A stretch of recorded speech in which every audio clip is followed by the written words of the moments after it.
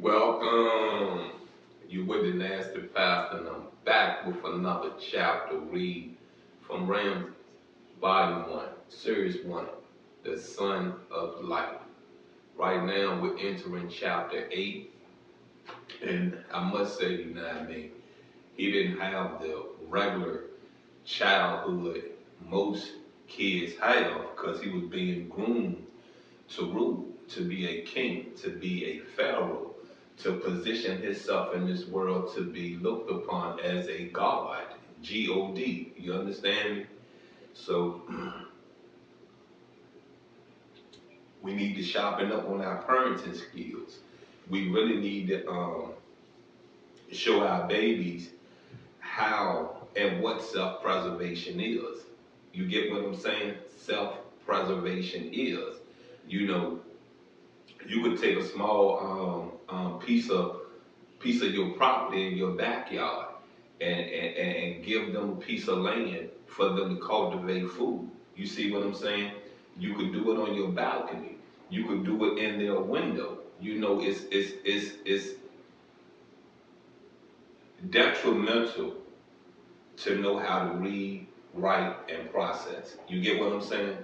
Comprehend, write, and read. You feel what I'm saying? Those three things are detrimental.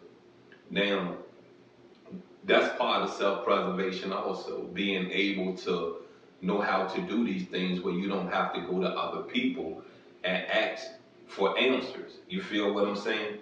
So, learning to sew, learning to cook, learning to be a farmer, learning to be an electrician, learning how to filter water, all that's part of self-preservation. You feel what I'm saying? When things go wrong electrical in your house, you know, yeah, there are some people going straight call the electric company, but there are some people that understand troubleshoot electricity. There are some people that don't understand the filtering process of water. You know, you could probably poison yourself for real, if you take the wrong cloth, the wrong piece of paper, and filter your water through that. You feel what I'm saying? There are germs, there are diseases. You know, everyday life that go in that cloth. You know, that goes on that paper. So there's things you must learn. And like I said, it's part of self-preservation. But we're not going to draw this intro out. We're not going to make it long. What we're going to do, we're going to slam on in chapter 8. And it starts off like this, you know what I mean? Queen Tua's day had been trying. With her husband off on an inspection tour of the northeastern borders defenses, she had granted audiences to the vizier, the exchequer, two provincial leaders, and a scribe from the royal archives. So many pressing problems to attend to, and each deserved her attention. Seti was increasingly concerned about disturbances the Hittites were stirring up in some of his Asian and Syro-Palestinian territory. Now, come on now. We had treaties with the Arabics, with the Arabs. Come on now, Palestinian territories. Come on now, that's wrong. Usually, the local rulers simply needed to air their grievances, and a state visit from Pharaoh was enough to smooth ruffled feathers. Tuya, the daughter of a charioteer, had neither royal lineage nor noble ancestry, yet her qualities were such that she quickly won the devotion of court and country. Naturally elegant, she had a lofty burn that enhanced a slender figure, a face with huge almond eyes, intent and piercing, and a thin, straight nose. Like her spouse, she commanded respect and did not tolerate over-familiarity. Her mission was to maintain and increase the influence of the Egyptian court. Carrying out her duties was crucial to the country's stature and the people's welfare. Now let's pause for a minute and let's get into something I said a long time ago about the job of the queen, of the goddess. You get what I'm saying? That sits on the throne with her spouse, with her God, with her king. You know, she have a job to do. She have to keep peace among any kingdom. She have to. There's things that if you understand the Oval Office, the White House, the president, the vice president. You know, if you understand the things Kamala had to do, you know, behind the scenes for the president, or just this is a vice president's role. This is what they're to handle. You know, most of us wouldn't understand it. Why, after a week in the White House, they start showing gray hairs. You understand what I'm saying? It's a lot they go through. It's a lot they have to get done. It's a lot of paperwork. It's a lot of communication. And it's a lot of, you know what I mean, what they call politics involved in a lot of stuff. Yeah, shaking hands, kissing babies. You got what I'm saying? At the thought of her next interview, the queen's fatigue vanished. Ramses, her first son, was coming to lunch with her. Although she had chosen the palace pleasure garden as their setting, she still wore her long gold hem linen robes, a short pleated cape, a necklace with 6 strands of amethyst, a wig with neatly spaced twists of hair. How she loved to stroll beneath the acacias, willows, and pomegranate trees along the borders of cornflowers, daisies, and larkspur. There was no more heavenly creation than a garden where every plant in every season sang glory to God, morning and evening, before she turned to her royal duties to allow herself a few minutes in this earthly paradise.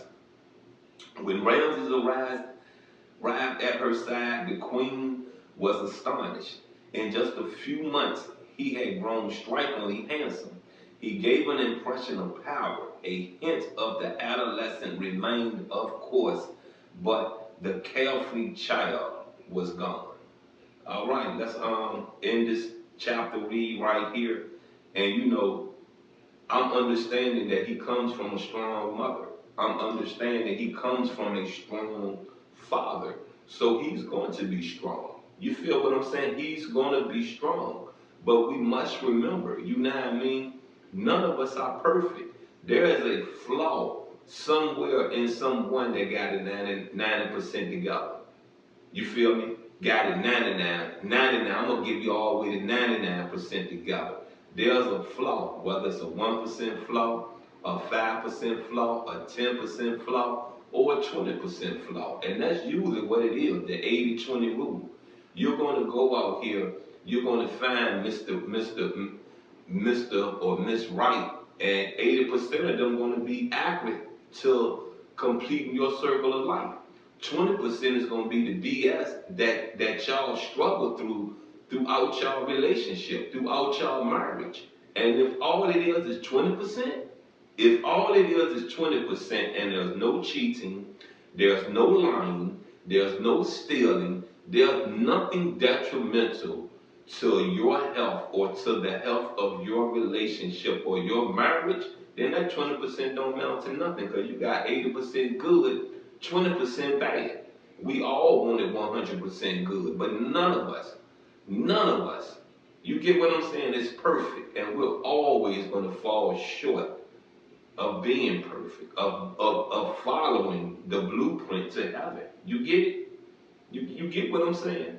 So I say this to you again, you know what I mean? Protect your babies. Teach your babies while they're young, because they don't want to hear it when they're teenagers. They don't want to hear it when they're adults. You get me? You understand? Most of these babies nowadays, man, they're in some life-threatening situations, and they don't even trust their parents to talk to them about it or to go get them out of this stuff. You get what I'm saying? You get it. You get it. There's no real relationship amongst parents and kids now. It's none. There's none. And this is what the materialistic world upon this rock has done to a lot of these families that are of good foundation. You feel what I'm saying? This is what has happened with each generation. The love, You got what I'm saying? I can't speak for the white community. I can't speak for the Asian, for the Arabic community. I'm speaking for the black community. You get what I'm saying? Every era of drugs, the black community has lessened themselves with respect, have definitely lessened themselves financially, has lessened themselves with the relationship with whom they pray to. Because see, our babies, you feel what I'm saying? Our babies is a reflection of what we taught, what we showed. So if you have a child that's out here, you know, they don't believe in God. They got it from somewhere. They got it from home. And they didn't trust you enough to talk to you about it. You feel what I'm saying? I never talked to my mom about me not believing in God, me not, me believing in the devil first and believing in Jesus next, and then on to the demiurge. You get what I'm saying? I never talked to my mom about that. I was trying to figure it myself. And I don't know if she would have got me to the answer I needed quicker by going and talk to her. But she put things in my face for me to read so that I would be able to connect dots later on. So yeah, she helped me. You feel me? She helped me. Anyway, like I said, you've been with the Nasty Pastor. This has been another read from Ramses, the Son of Light. You know what I mean? Volume 1, Series 1. I'm out, and I love you.